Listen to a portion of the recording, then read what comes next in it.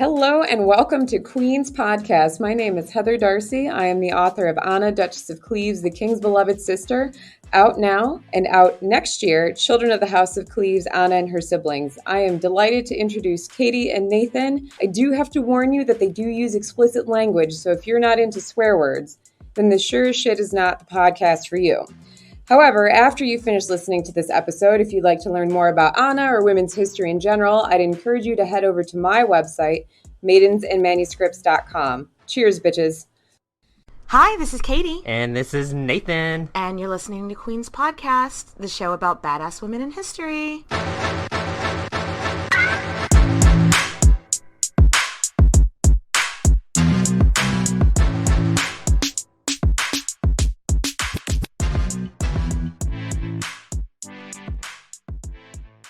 Oh my gosh, Nathan, this is our season finale. Oh, finale. Hey-ho. And, I mean, this is part one of a two-part season finale, but it is the beginning of the end of the season. Yeah, you're stuck with us for at least one more week. Yes. And yeah, for anyone that's new, we take a summer break each year. So we're about to take our summer break. Because mental health is important. Because mental health is important, and burnout is real, even when it's something you love. Exactly. So we're about to do that, but I think you guys are really going to love this last... I love her. Y'all have been asking for her. Forever. For a hot minute now. So, Nathan, who are we discussing? Christina of Sweden. What was that? I don't know. Call my lawyer. Okay. If you didn't catch it, it's Christina of Sweden. Yeah. And Nathan, tell us about this cocktail that you created. So it's called the Swedish 60. Okay. So super interesting here. Yeah. It's basically like a mimosa in a way. Okay. So you take one part of aquavit. I said it. Is that a liqueur? Aquavit? So at Speck's liquor store, they sell it in the liqueur section, but it's actually like stronger than vodka, tequila. Oh, shit. Yeah, so what qualifies it as a liqueur? It doesn't matter. I'll look it up later. I think Specs did it incorrectly. It's a spirit. Don't come out of Specs. Yeah, it's a spirit, not a liqueur. It's super duper strong. Okay. So be careful with this one. But it's one shot or one part of the aquavit. Okay. And then you do like a little squirt of lime. Okay. And you top it off with champagne. I actually really like this one, Nathan. Yeah, you put a little bit of sweetener in it, so there is like a half a shot of simple syrup, but long-time listeners will know that we both don't like we're not sugary. Yeah. So I did like a half a teaspoon of stevia with water. Mm-hmm. And if you do that, that's like a simple syrup. So it's a good sugar alternative. Yeah. And longtime listeners, again, of the show know that I don't like anything overly sweet or overly bitter or overly anything that's complicated. Not White Claw. Anything. I like White Claw, I like vodka, and I like wine. Basic bitches need apply. So if you are a basic bitch like me, you will like this drink. I like it. It's delish. All You're right. not a basic bitch. Okay. But we have a contest winner to announce. Nathan, are you so excited? Oh, I know. Winner, Patreon dinner. Oh, I love it. Over on our Patreon, we decided to do a contest, and we're giving away in the contest. Our friend Liv from Let's Talk About Myths, Baby, has a cocktail recipe book based on Greek mythology. Yes. It's called Nectar of the Gods, and we wanted one of our Patreon supporters to get a copy. Drumroll, please, Nathan. It is Patreon supporter Ashley Otis. Woo! She said that she loved the Catherine de Medici macaroon martini and #same. To be honest, I know I'm always like, I like sweet drinks, but I fucking loved that drink. That drink was delicious. And I will give a shout out to the birthday cake. Yes. Marie Antoinette. Yes, they were she similar was also drinks. delicious. Yes. Also cookie sweet delight. Exactly. And Ashley also said that she thought Catherine de Medici was an underrated badass. And you know what? Same. So, Ashley, we will be sliding into your DMs on getting you a copy of Liv's book. I'm so excited for that. I know. Ooh. But let's start off with Christina. Let's get into Christina. Yes. So she was born on December 8th, 1626, Stockholm. So she's a Sagittarius. You know what? Love it. I am a Sagittarius moon. I am a Gemini, as most may know, but Geminis and Sagittariuses get along. What's your moon? Do you know? I think my moon is Cancer. Okay. Yum. Anyway. So her parents, and I do want to preface something real quick.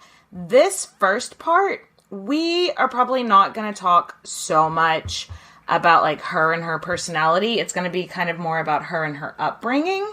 Well, that gives you a preface to their personality. So that in the second episode, we can speak more to her actions. Yes. So we're going to talk about a lot in this first part about her dad, who was King Gustav II, and his wife, Maria Eleonora of Brandenburg. Yeah, Brandenburg is modern-day Germany, basically, more or less. So she's Swedish and German. Yes! As far as we can tell, her parents weren't, like, super related, which is unusual. Yeah. Yeah. I mean, I'm sure they were cousins to some degree. Everyone's related. Because, what did we say in that one video that was so funny? Like, if you're not fucking your cousins, are you even in the royalty? Like, so they were probably related to a bit, but they weren't like double second cousins or double first cousins like Louis the 14th's parents or something. No, not super duper related, just kind of related. So yay! Cool! But before Christina hits the scene, let's talk a little bit about the fam and what's going on in Sweden. Yeah. So her dad, Gustav, super duper popular. He was so popular. He seems to be like kind of war dicky because throughout his entire time on the throne, he was almost always at war. Like the entire time, pretty much. Dicking with war. Yeah. But he's credited with making Sweden a political force at this time. And he's viewed in history as a good king. Yeah, he seems to have had some progressive policies as well. So, at the time, so we're looking at the early to mid 1600s, Sweden was super Lutheran. So, when the young king was ready to get married, he started searching specifically for Protestant noblewomen to marry. And he landed on the beautiful Maria Eleonora of Brandenburg. Yeah, and her mom was actually super duper against it. It was this whole thing. Her mom was against it. Her brother was against it. Her whole family was against it. But she fell in love hard. Like hard. And basically... Was it long and hard? She felt, unfortunately for both of them, yes, she fell in love long and hard, and that's what she said. And maybe that would be a fun topic for Patreon about like the drama behind the drama with the mama. The drama with the mama. I think we've done that another time. We've had a couple of drama with the mama episodes, but what you need to know is that it was a lot of drama, and the two of them basically snuck off to get married in 1620. Very Henry VIII of them. It is. Sneaking off to get married to a Protestant. Yeah.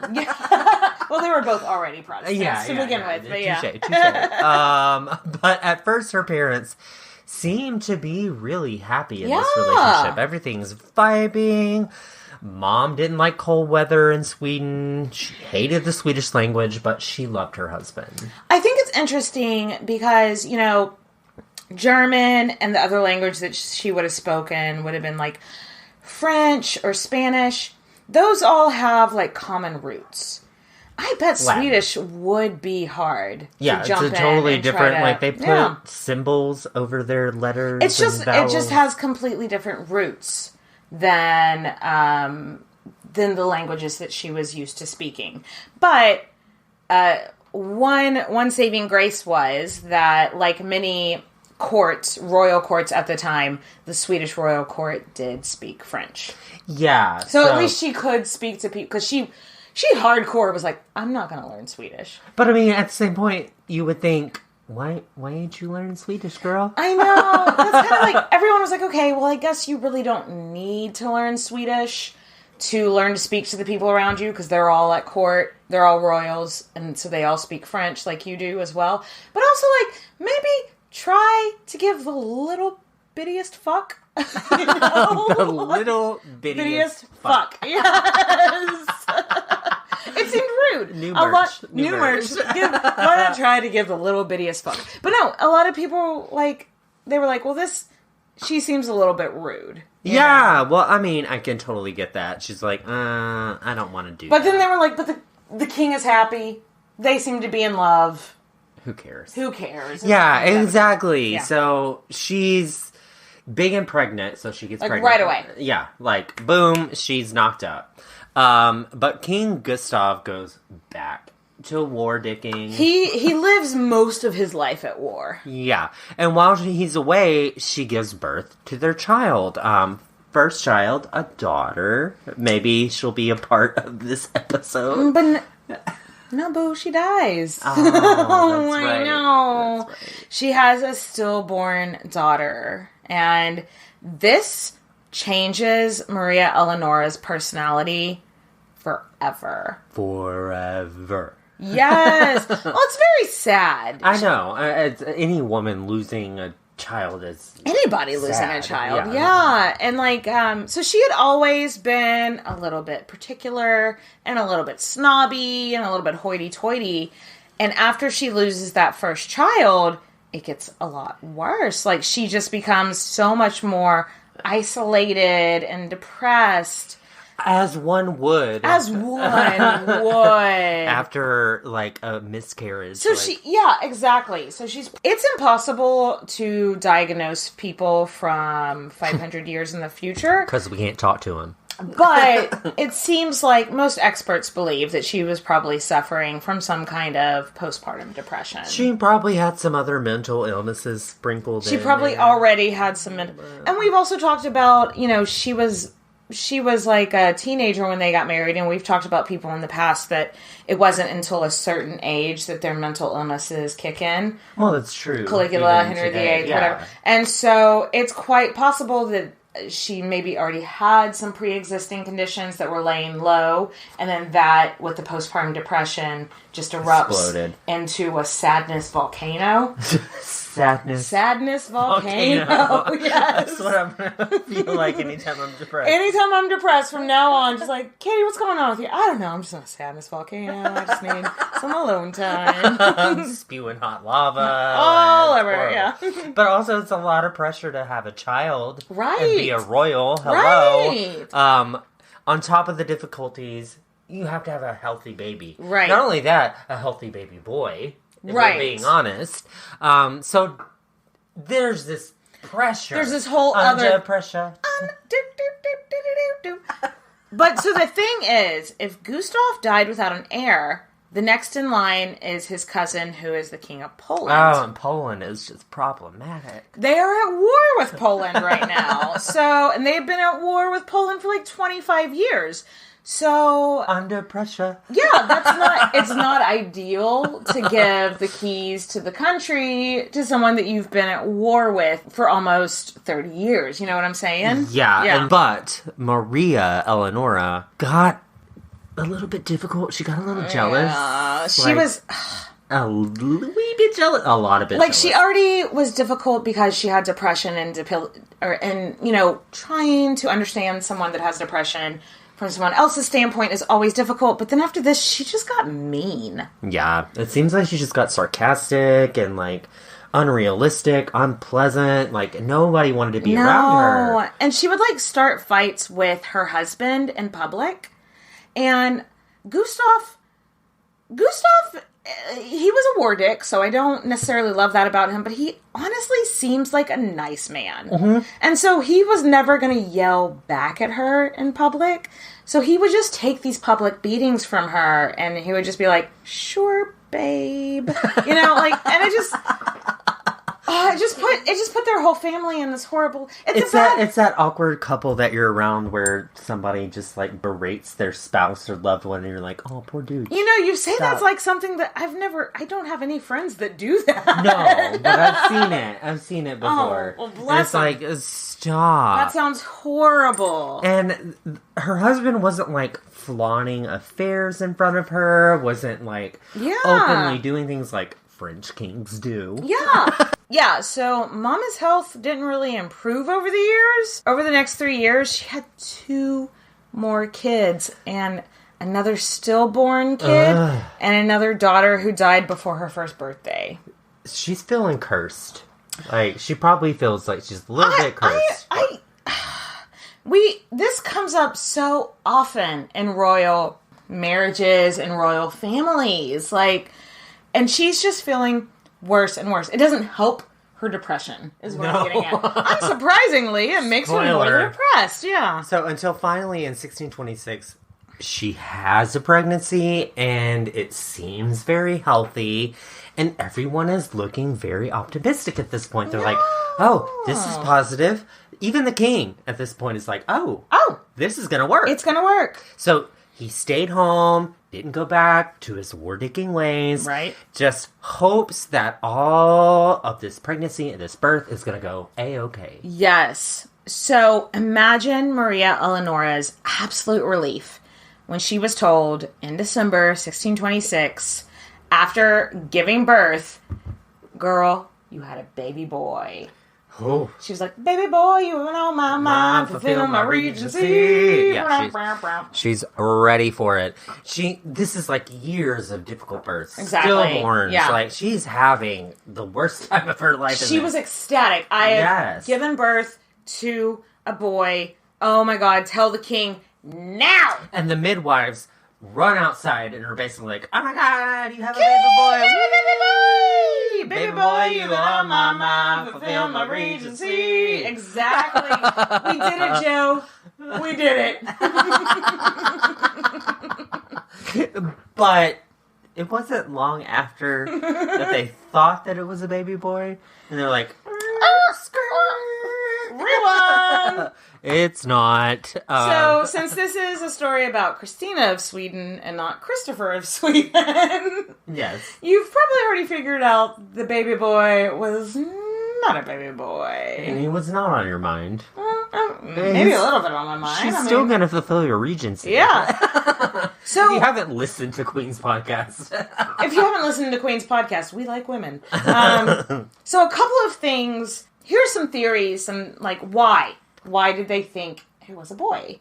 One is that maybe the genitalia was ambiguous. And what Katie means by that is like a big clitoris. Like I'm not a doctor, so I don't know what ambiguous genitalia means, but this happens to people sometimes. Yes. So maybe that's what it was. Being intersexed. Yes, she was is intersexed. Something very common, but her body was exhumed much later, and they really couldn't tell, then. They were like, we don't think so, but like, how can you actually tell when it's skeletons? I don't know. From what I've read, the experts don't believe that she had intersexed or ambiguous genitalia. So another theory is that like maybe she was born with the thick amniotic sac around her, and the midwives are like, it's a boy. I just feel that one I don't buy, because like, why wouldn't you break the sac and make sure? That seems painful. Oh no, the sac is around. It's like I'm speaking from a male perspective. If you break my sac, I'm gonna. God, Nathan, I'm not talking about your fucking balls. Will you top me off? Can you get your mind off of your goddamn balls? Men and their balls. Like, what the hell? Like, I'm just like, oh, I got a sack from the grocery store, and you're like, my ball sack? No, that's not what I'm talking about. Fucking Oh my god, men. Fucking men. Let me pour another one for that. But another theory was that she was like hairy. Mm-hmm. So she just had a full set of hair, like... Well, no, so what I've read about this theory, that she was born very, very hairy, is that apparently a lot of babies are covered in hair, but they shed it right before they're born. So maybe she was born early. This is gonna make me go down a scientific rabbit hole. Do it. Do it, because I didn't. Oh, yes. no. Yes.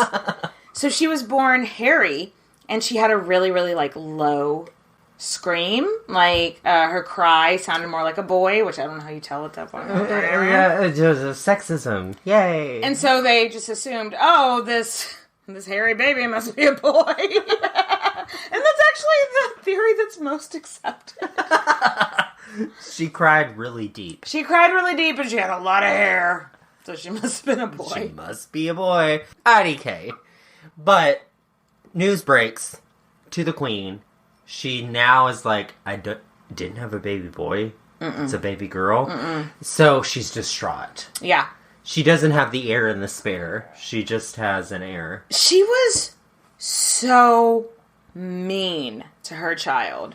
She was like, my husband's gonna hate me. Take her away. This is the worst news ever. I'm not telling the king. Someone else has to. And no one wanted to tell the king at this point. Just assuming that he was going to be pissed off. Because, right. I mean, yeah. Let's be real. Most of the kings that we've researched would be pissed off. They would be pissed off, right. And the king had a sister named Catherine that he had a really good relationship with. I actually really love Christina of Sweden. I think maybe we should do a Patreon episode on her as well. You haven't dropped the P word plenty of times. The P word being Patreon.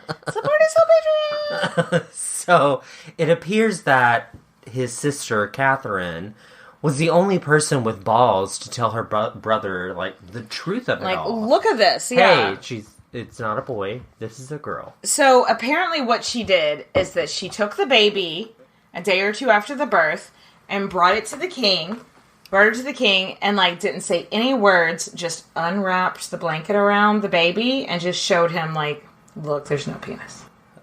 Look. Surprise! It's a girl. I don't want that to be a story about me. I don't want someone to be like, hey, he has no penis. He has no penis. Well, it probably won't be. I don't know you that well, but I think you do actually have a penis, if I'm being honest.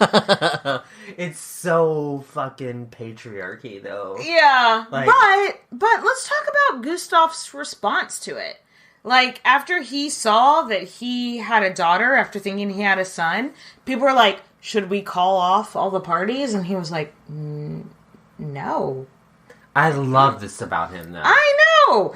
He was maybe upset for, a hot minute. A second. Because people lied to him. Yeah.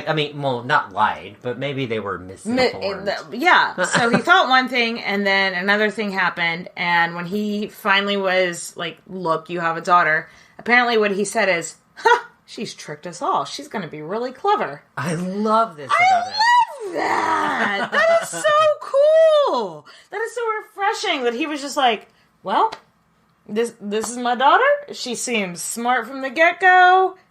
Let's prepare her to rule the country. Here's to supportive fathers. I love it. I love it. So, Christina's birth really seemed to be the deterioration of their relationship. Of her parents' relationship. Yeah. It was not good. So while he's excited, there's not really hands-on parenting situations going on here. Her mother, again, her mother just resents her. And it's just this bad look. So her mother may have... tried to kill her once or twice. I like how you started that with the sing-songy voice. Let's keep it light about some maybe child murder. But no! Why am I laughing? No, because I'm very funny. No, it's... Her mother was so distraught that... Okay, let's rewind a little bit. So now that her mother has given birth to a child, that the king has decided, this is my heir, I don't care if it's a boy, girl, this is my heir. Her mother was not being touched. The king was like, he was done with their physical relationship side of it. Oof. And so her mother may have felt a little bit like disappointed, like, no, I can still give you a son, you just have to come back to my bed. And a lot of weird things happened in Christina's life that may indicate that her mother was trying to kill her. Yeah, she may have dropped her two times. Two or three times. There was one time when she was laying in a bed. She was laying in a bassinet, and a beam from the ceiling fell on her bassinet.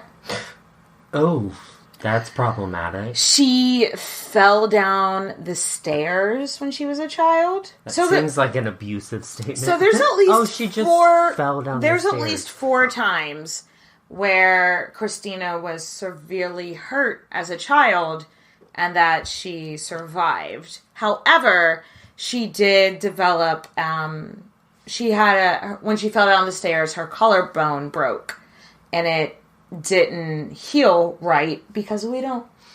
Science wasn't a thing then. I honestly, as a child, I had my collarbone broken. Oh, really? Yeah, I fell out of a high chair. But they knew how I was told. No, I fell out of a high chair. Was your mother Eleonora? Eleonora? Possibly. But I fell out of a chair, and then, whenever I got up, I couldn't move my arm. My arm was fixated in this position that Katie is only able to see. No one else can see it, yeah. But I was, fixed.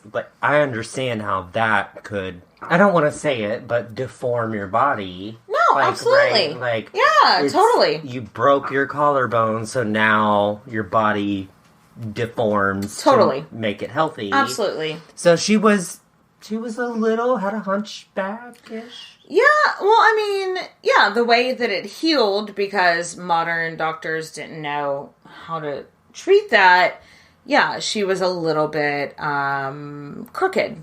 Yeah, and we have no idea if this was an accident. And if it was truly an accident, or if it was an accident in bunny ears. Yeah, we don't know. Yeah, we don't know if Mom was, purposely trying to kill her or not. That's a fun side note. Yeah. But that's the rumor. And that's what a lot of people believe at this point. And her mother was unwell. She was not a mentally stable person, so... I'm not saying, I'm just saying. On one hand, I do feel really bad for her mother. Because I feel bad for anybody that has mental instabilities and doesn't have the support system to get you through that. But on the other hand, spoiler alert, this is a reoccurring situation in their relationship. Yeah, because despite her mother hating her, her dad loved her. Well, good. Somebody did. Yeah. 5 O's. Loved her. Her dad was obsessed. And he was obsessed with her. He was going to make her the best ruler. He was going to go do military drills with her, get everything on point. This is giving me Amina vibes. It's giving me a little bit of Amina vibes. Yeah, absolutely. Not the movie. Not the movie. Again, Patreon. You'll feel how we feel about this movie. But Gustav was always at war, so he was like... there's a good chance I might make it to ye old age. Probably not going to be an old man, so let's make sure my heir, which is my daughter, is ready to become king in the future. King in the future. Christina was so educated. So Gustav was like, that whole education plan that we had for my son? Well, my son's apparently not coming. Let's do it for my daughter. And basically everybody was like, are you sure? And he was like, educate her like she was a boy. Which means that this girl, she is probably, of all the women we've talked about on this show, probably has the best education of all of them. I love it. She spoke Swedish, German, French, Italian, Arabic, and Hebrew at least. Probably a couple more languages on top of that. It's giving me like Cleopatra vibes. Yes! Right? You gotta learn the language to speak the language. Exactly! Yes. So a lot of royal women at the time, we discussed, they learned how to sew, to dance, play the flute, something like that. Not our girl Tina. She learned how to bear hunt. That's what I do on Saturday nights. Bear hunt. Okay. She learned how to fence. She learned all about war dicking. Yes. She was forced to take ballet lessons. So to try to help her with her crooked shoulder. That's not her fault. It's not her fault. They tried to get... But I see, I'm sorry, Mom, that you dropped me. I'm sorry, Mom, that you tried to kill me and it didn't work. But no, I could see how they thought maybe ballet will help with... Because it's the past and they were dumb.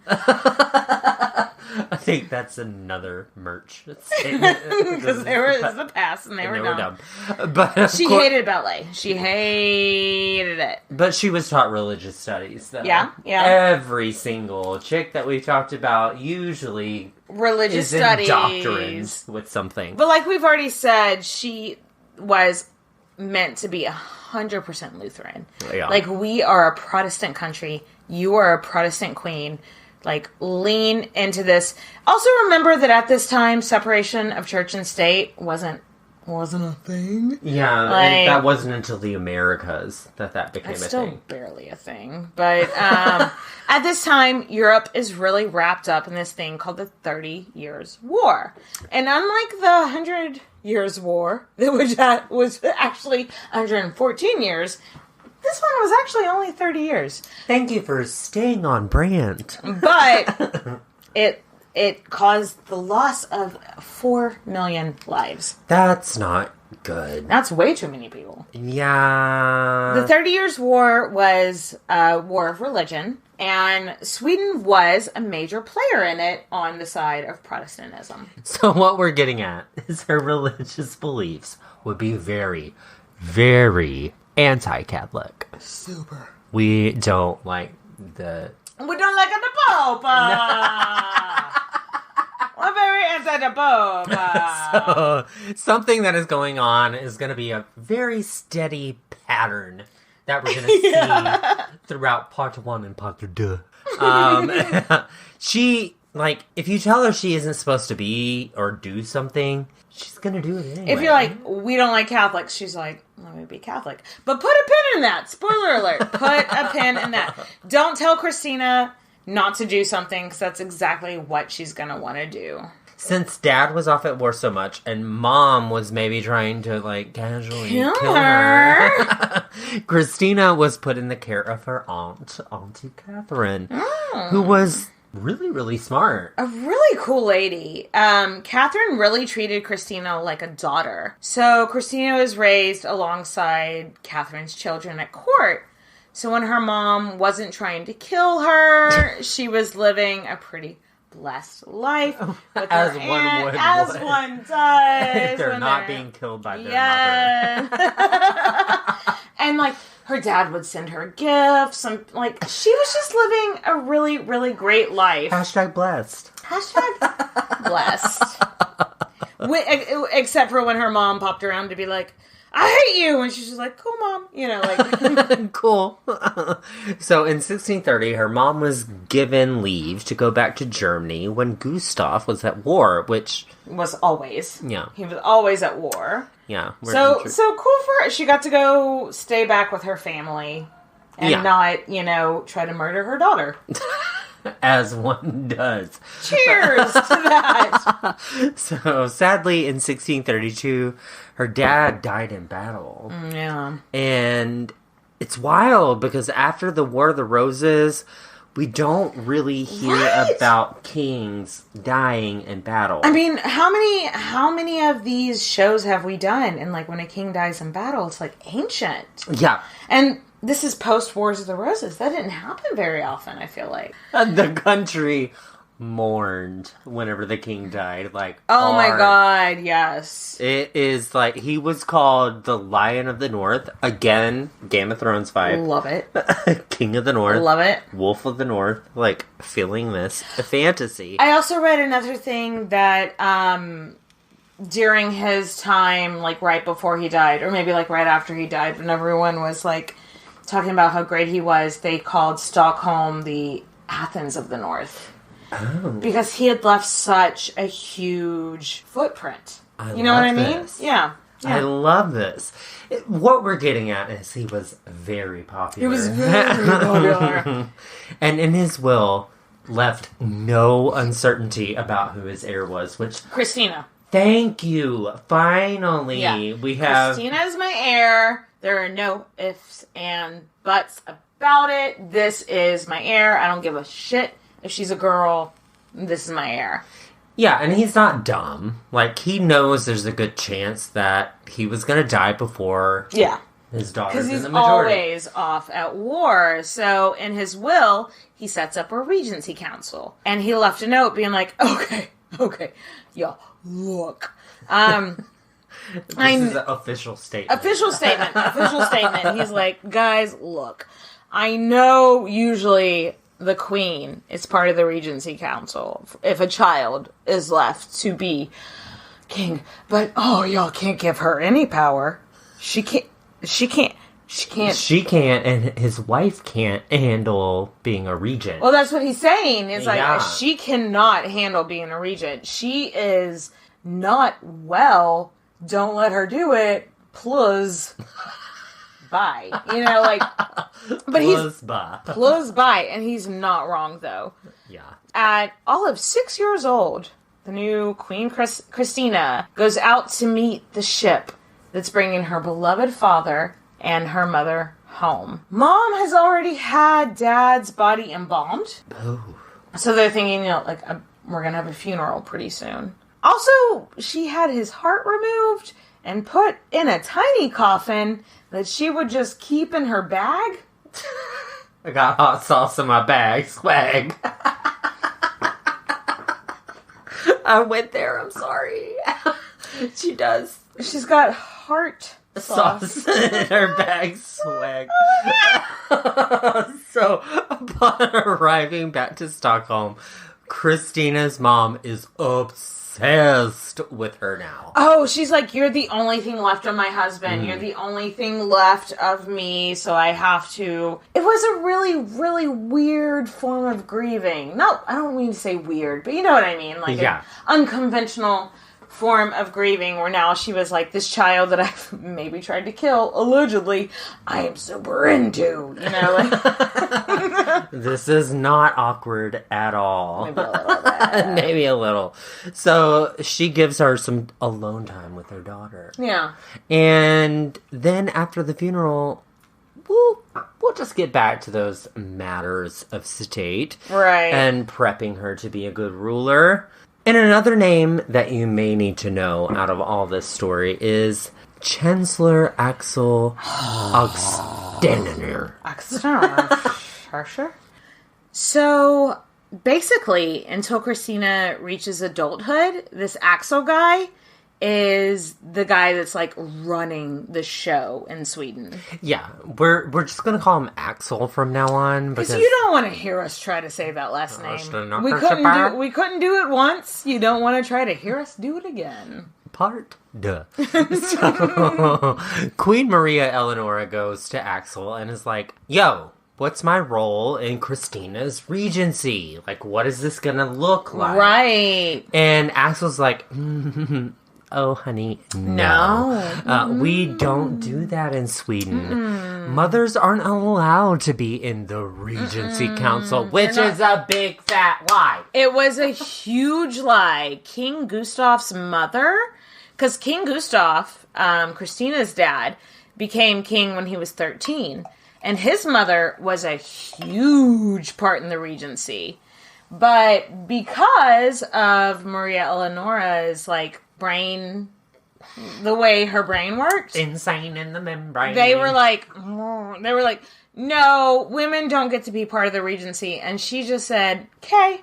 and, like, never questioned it, and they just all kind of moved. And honestly, I think it was kind of a good call. Yeah. And Maria Eleonora took her daughter, who she didn't fucking care about. Until now. And she takes her into seclusion with her. And she was like, okay, girl, we're grieving. We're grieving now. This is a look. We're about to grieve. We're about to put on some black. We're about to grieve. Yes, absolutely. Your dad's here. We're grieving. Excuse me, what? What do you mean my dad's here? I know.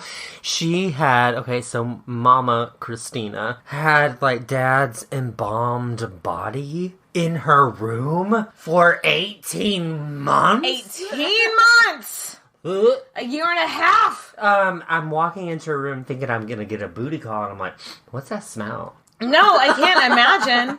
It was nice. And every morning, she would make Christina kiss her dad, good morning. And every night, she would make Christina kiss her dad good night. I can't fucking do it. What the actual fuck? This family, can you imagine this family in modern day therapy?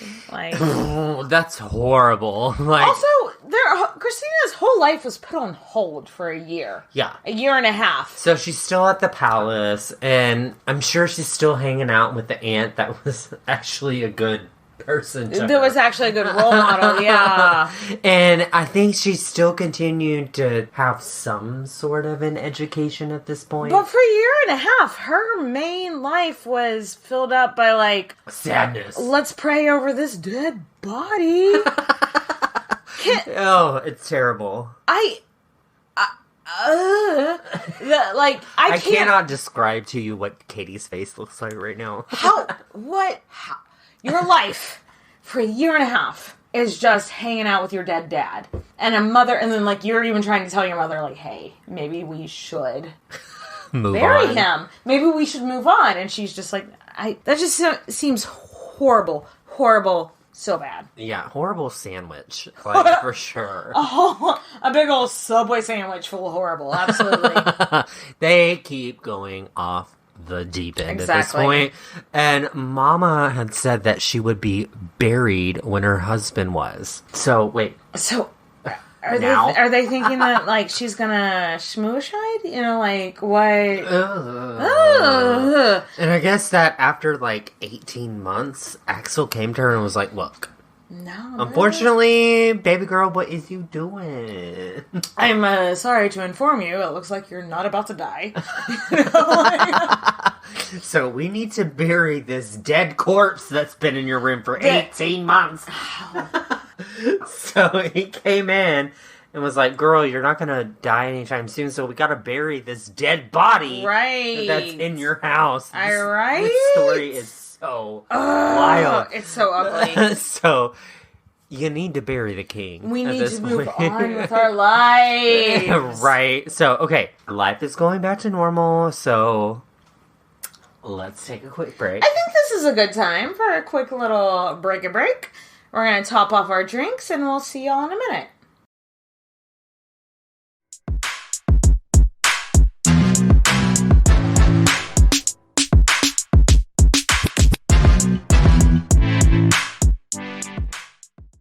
And we're back. And this is Xtina's life. Absolutely.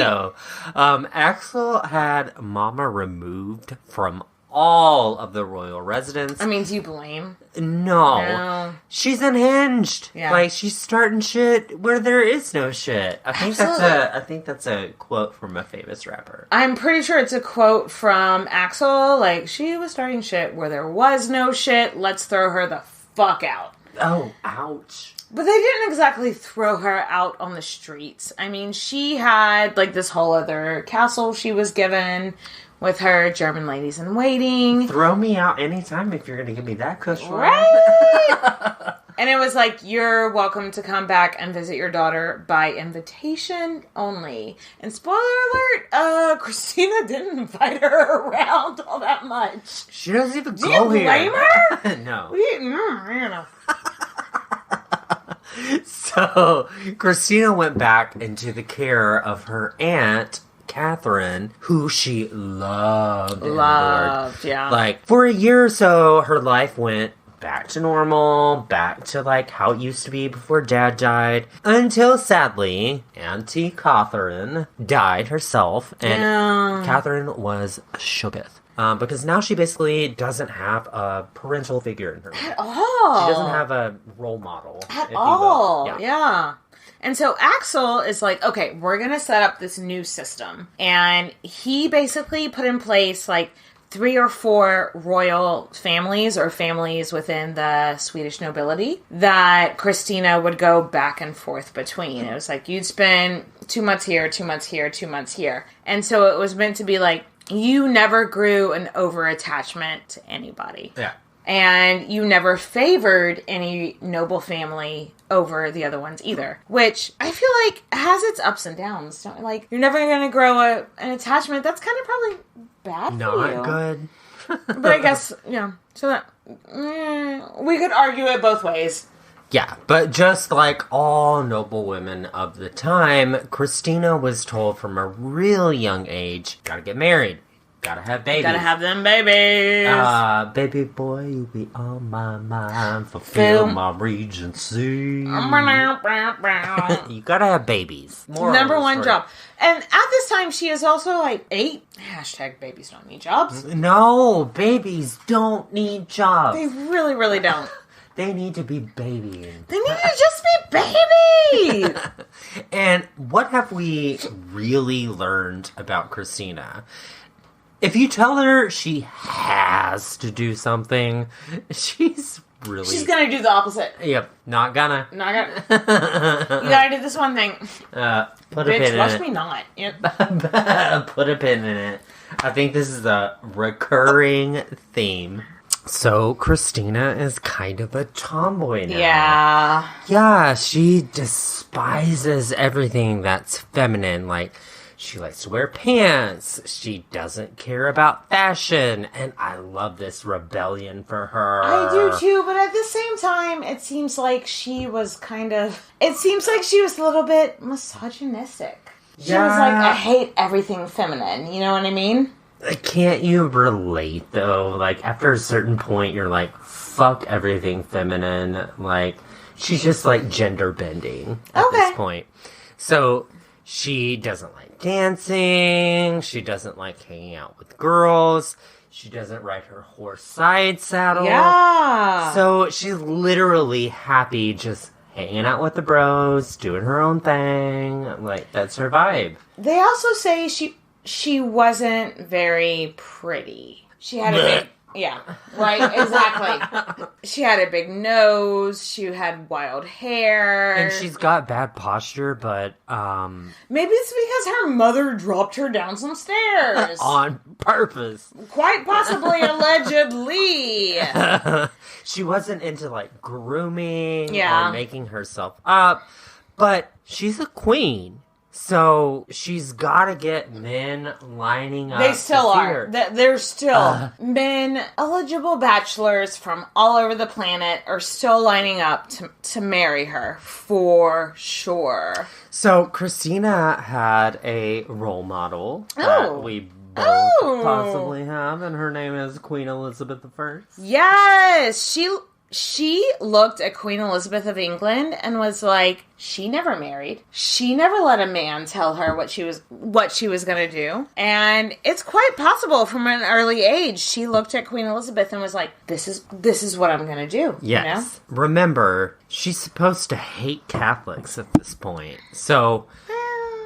she's really into the idea of celibacy, that, Catholics preach on their nuns and their priests and all of that. Mm-hmm. When she was a teenager, she famously said that she didn't want to be a quote-unquote field for a man to plow. I mean, that certainly sets a tone, doesn't it? Yeah. She's like, I don't want to... Very clear picture of if she doesn't want to be any man's hoe. Or even if it's the wife. She does not want to be submissive to a man. But, I mean, girl, ever. Same. Yeah! Like, I'm not going to sit back here and be like, what? Well, maybe she was afraid of childbirth, which could you blame her?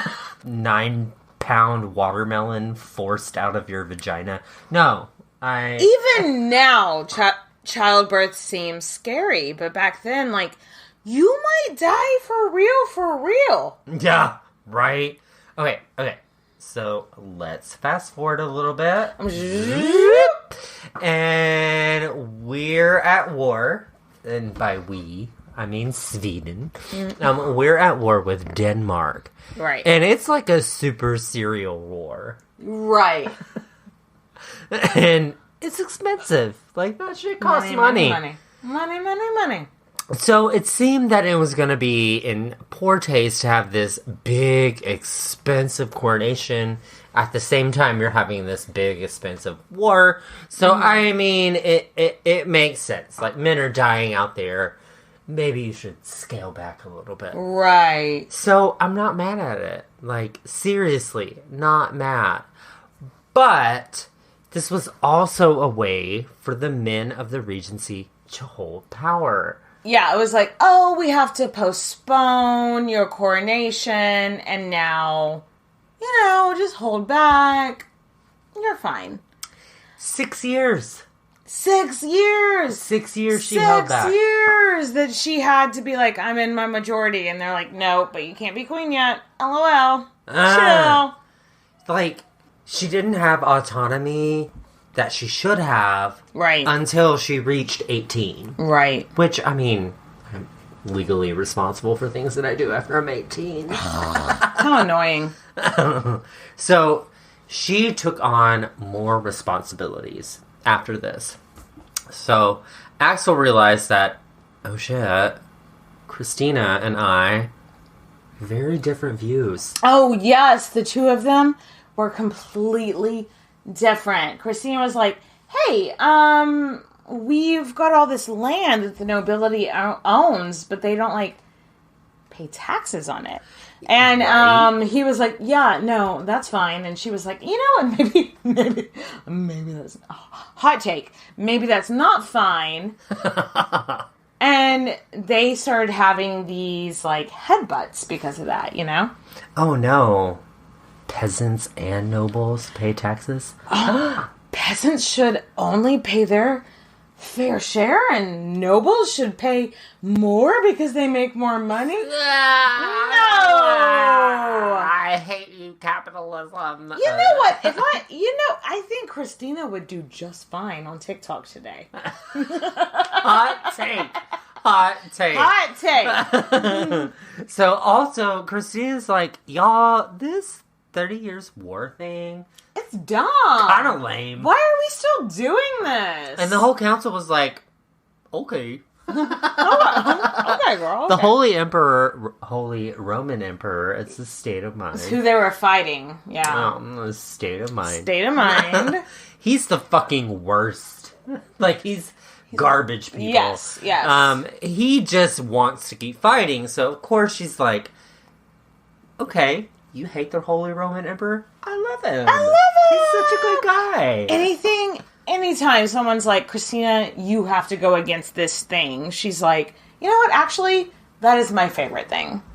She's, if you want my favorite things. Yes. When the dog bites, when the bee stings. So, she secretly sends an envoy to talk to the Emperor, Holy Roman Emperor. Kind. To be like, hey, let's make peace. And when Axel found out about it, he was pissed. That's an understatement. And do you blame him for me? I mean, honestly, if, like, someone that you're working with goes behind your back and you find out, you're going to be pissed. But I think she was just like, I want to end the war. We don't want any more war. Let's end it. But yeah, Axel was pissed as hell. And I mean, Christina's like, you can't postpone my coronation. Right. Forever. She was like, you're pissed? Fine. I don't fucking care. Yeah. It was very much I'm going to do what I'm going to do situation. Yeah, and then she ended up appointing a peasant as her fucking... Whenever she sends an envoy to go talk to the Holy Roman Emperor about imposing peace, it was a peasant. And then when he came back home, she gave him... Ye old peasant. Ye old non-peasant, what's the word I'm looking for? Presents? Presents for the peasants. Presents for the peasants. Gifts, gives him land, gives him money. The whole council is nervous that she wants to set up a council that likes poor people.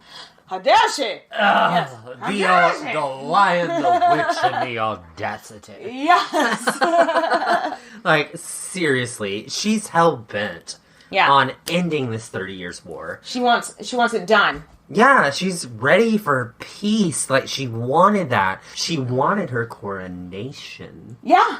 Coronation station.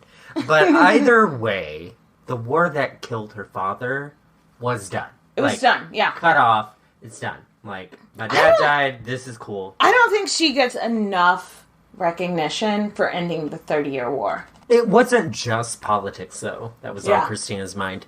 In Christina's memoirs, if you're nasty, she really only mentioned women when she's comparing herself.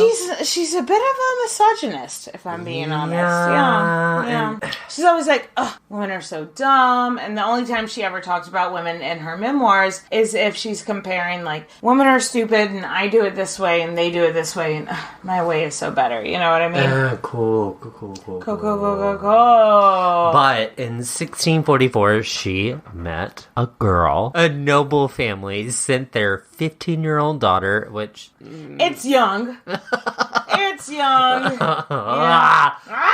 has been very problematic. But they send their daughter to be a lady-in-waiting. And her name was Abba Spear. Like, everyone at court was like, oh, fuck, this 15-year-old is so fucking hot. That's so weird. Because history is gross. Right. And back then, it was okay to talk about teenagers that way, I guess. It's terrible. Don't quote me. Christina and Abba had a relationship that is still debated to this day. They are 1,000,000,000% lovers. I think they were definitely lovers. That's Queen's podcast. Official statement is that we think they were lovers. A lot of people have speculation one way or the other. Letters between the two survive that feel like love letters, you know? I mean, we've talked about this though, like in history, like they use very flower my heart long. Women have always throughout history sent each other very lovely love letters, which I also get. Lovely love letter, which I get. Like, I feel like if I was writing my best friend a letter, maybe I would be like, oh, you're so beautiful. Just because that's how we talk to each other. You know? Whatever. But this was a little bit extra stepping. Yeah, you know what I mean? And in extra stepping, I mean, she called her bedfellow. Okay. So back then, but in this time in the world, there was a thing going on called the Little Ice Age. So like global warming. Yes. Everything was much colder. And so just about everybody everyone shared a bed because of that's warm, what happens in my household. Okay, Nathan. But no, because of body warmth. So they're going to share a bed because of that. But their relationship took a step beyond that, in my opinion. So yeah, she would introduce people like, this is my bedfellow. This is the person I share a bed with. She keeps my bed warm. But then there were also stories where she would be like, isn't she beautiful? You should see her body. So no doubt. I talk about how beautiful my friends are all the time. My female friends. Say that again, Kitty. I talk about how beautiful my friends are all the time. Okay. But there's very few accounts where I'd be like, but look at that ass, you know, like. But you have friends that you would say you're beautiful, but you're hot. Taking it to the next point of but look at her body seems a little bit extra. Something else was going on there, and that's my 2 cents. Did you call on me their extra? Relationship? No, I call myself extra. Yes. So that's facts are facts. That is my 2 cents on this relationship. So let's wrap up this episode because we've got a whole second episode where we're going to talk about so many more things that went on in her life. I know. So she's making political moves. Yes. She's got a girlfriend. She's making money moves. Money moves! And in 1650, she finally has her coronation. Yes! All right, so we're going to end that here, and next week we'll pick up on this. So let's cheers. Cheers, bitches! That had a really nice ring to it. It had it. It like did it like reverberated, yeah.